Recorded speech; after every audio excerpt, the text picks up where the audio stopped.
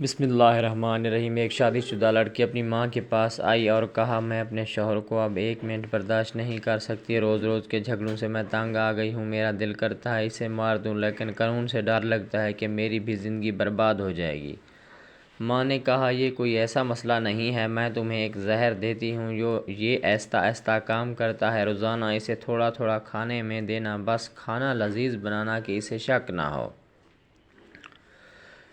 کیونکہ سب گھر والے جانتے ہیں کہ تمہاری گھر والوں سے نہیں بنتی۔ لڑکی خوش ہو گئی۔ ماں نے کہا، لیکن تمہارے گھر روزانہ جھگڑے ہوتے رہتے ہیں، سارا خاندان بھی جانتا ہے، شک پھر بھی تم پر جائے گا، تو جتنے عرصے میں یہ زہر کام کرے گا تم گھر کا ماحول بدل دو، پیار و محبت سے رہو، گھر میں امن و شانتی بناؤ۔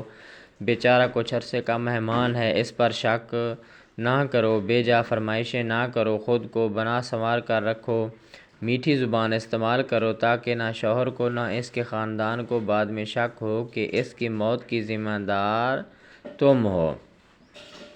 لڑکی نے ایسا کرنا شروع کر دیا۔ لڑکی نے کہا، ہاں کچھ عرصے کے لیے میں یہ کر لوں گی۔ وہ زہر کی پڑیا لے گئی۔ مہینے بعد وہ آئی اور ماں سے کہا، اس زہر کا کوئی توڑ ہے؟ ماں نے کہا، کیوں؟ لڑکی نے کہا، میں نے چند دن اسے پابندی سے زہر دیا، لیکن وہ تو بہت بدل گیا، میرا اتنا خیال رکھتا ہے، مجھے اتنی محبت اس نے دی کہ میں شرمندہ ہو گئی۔ یہ میں کیا کرنے جا رہی ہوں؟ ماں، میں اسے چند دن زہر دے چکی ہوں، اب کیا ہوگا؟ ماں نے کہا، کچھ نہیں ہوگا، وہ ہاضمے کا چورن تھا، اس کی زندگی میں زہر تو تم تھی۔ یہ سننے کے بعد لڑکی خوش ہو گئی۔ کسی رشتے میں یہ زہر میاں ہوگا، کسی میں بیوی، لیکن خاندان میں بڑے بزرگ بہرحال ہاضمے کے وہ چورن ہوتے ہیں جو رشتے کی اس ہانڈی کو ذائقہ اور جینے کا سلیقہ دیتے ہیں۔